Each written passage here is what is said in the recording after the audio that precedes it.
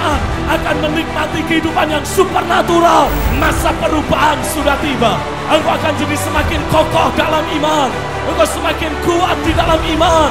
Ada terobosan terbesar dalam aspek keuangan, dalam aspek hidup sehari-hari, dalam pelayanan. Firman yang disampaikan oleh Pastor Stephen itu aku dapat dalam Zefanya tadi yang terakhir ya, bahwa ketika semua itu tuh berasal dari dalam gitu. Ketika rasa cemas, takut datang, cemas datang, itu semua akan begitu saja dengan mudah tersingkir kalau dari dalam diri kita tuh sudah punya prinsip yang kuat gitu, bahwa ini loh kebahagiaanku bukan ditentukan dari fakta yang ada gitu, tapi dari firman yang Tuhan tetapkan dalam hidupku, firman yang Tuhan bicarakan lewat hidupku, firman yang terus Tuhan sampaikan lewat hidupku. Kalau saudara ingin membangun kehidupan iman, engkau harus membangun logika ilahi. Cuman 2 orang. Karena ketika saudara terus belajar membangun logika ilahi yang terstruktur, yang sistematis, yang valid, yang bisa diuji berdasarkan prinsip-prinsip firman, otomatis kehidupan iman saudara akan terus berkembang. Cuman 2 orang. Saudara akan mulai memiliki kehidupan iman yang aktif, yang agresif. Engkau mulai memiliki keberanian percaya untuk meminta hal-hal yang supernatural. Kenapa? Karena terbangun logika ilahi. Ya, engkau otomatis akan memperkenan hati Tuhan. Karena kitab Ibrani pasal yang ke-11 mengatakan tanpa iman orang tidak mungkin memperkenan hati Tuhan. Dengan terbangunnya logika ilahi, dengan terbangunnya kehidupan iman, otomatis kehidupan sehari-hari saudara yang penuh iman itu memperkenan hati Tuhan. Dan sebagai akibatnya engkau akan bangkit menjadi para penakluk dunia. Ya, karena kitab 1 Yohanes pasal yang ke-5 menegaskan inilah yang mengalahkan dunia. Apa itu? Iman kita. Itu sebabnya saya mau kita bisa berlatih. Karena saya mendapati ketika saudara ingin menumbuhkan kehidupan iman, tidak bisa lepas dari kehidupan atau tidak bisa lepas dari terbangunnya logika ilahi. Saya mengajak untuk kita bisa berpikir sejenak. Manusia tidak bisa hidup tanpa oksigen. Setuju nggak kira-kira? Saudara percaya itu nggak? Kalau nggak percaya, ayo kita coba latihan. Saudara tolong tutup mulut dan hidung saudara lebih dari 1 menit aja. Tolong panggil ambulans ya. Karena manusia memang tidak bisa hidup tanpa oksigen. Betul ya? Lalu ada statement yang berikutnya, perhatikan. Di bawah air tidak ada oksigen yang bisa dipakai bernafas oleh manusia.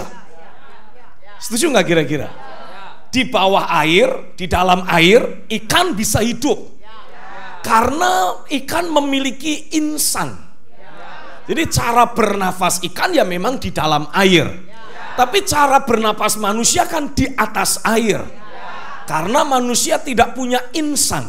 Manusia punya apa? Paru-paru. Nah ini adalah data-data valid yang menunjang ataupun menegaskan statement yang kedua. Di bawah air tidak ada oksigen yang bisa dipakai untuk bernafas oleh manusia. Jadi kesimpulannya apa? Manusia tidak bisa hidup di dalam air. Nah inilah kira-kiranya cara berpikir secara logis, berdasarkan logika. Jadi kalau kemudian suatu hari saudara membaca di sebuah berita, ada seseorang namanya Denny manusia ikan. Kenapa disebut dengan sebutan manusia ikan? Karena dia bisa hidup di bawah air lebih dari 5 jam pun tidak masalah. Saudara jangan, wih hebat ya, yuk kemakan hoax. Karena saudara harus mulai berpikir berdasarkan logika. Bagaimana mungkin ada manusia ikan? Bagaimana mungkin manusia bisa hidup di bawah air?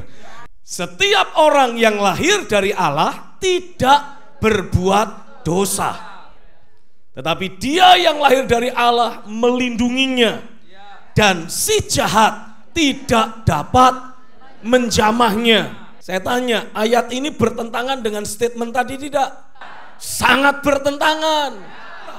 Dengan saudara jadi akurat, iblis tidak bisa berpeluang lagi. untuk mengganggu hidup saudara.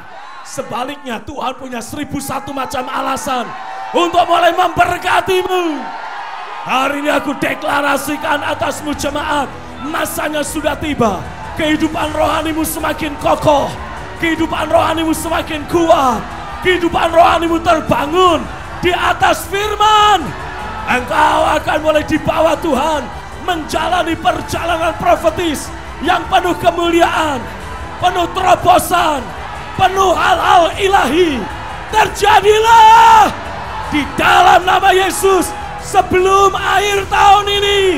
Perkara-perkara ilahi terus berdatangan, terus berdatangan atasmu. Dari ibadah hari ini saya mendapatkan pesan firman yang disampaikan oleh Pastor Stephen. Pesan firman yang berbicara begitu kuat dalam hati saya adalah bagaimana kita membangun logika ilahi dalam diri kita.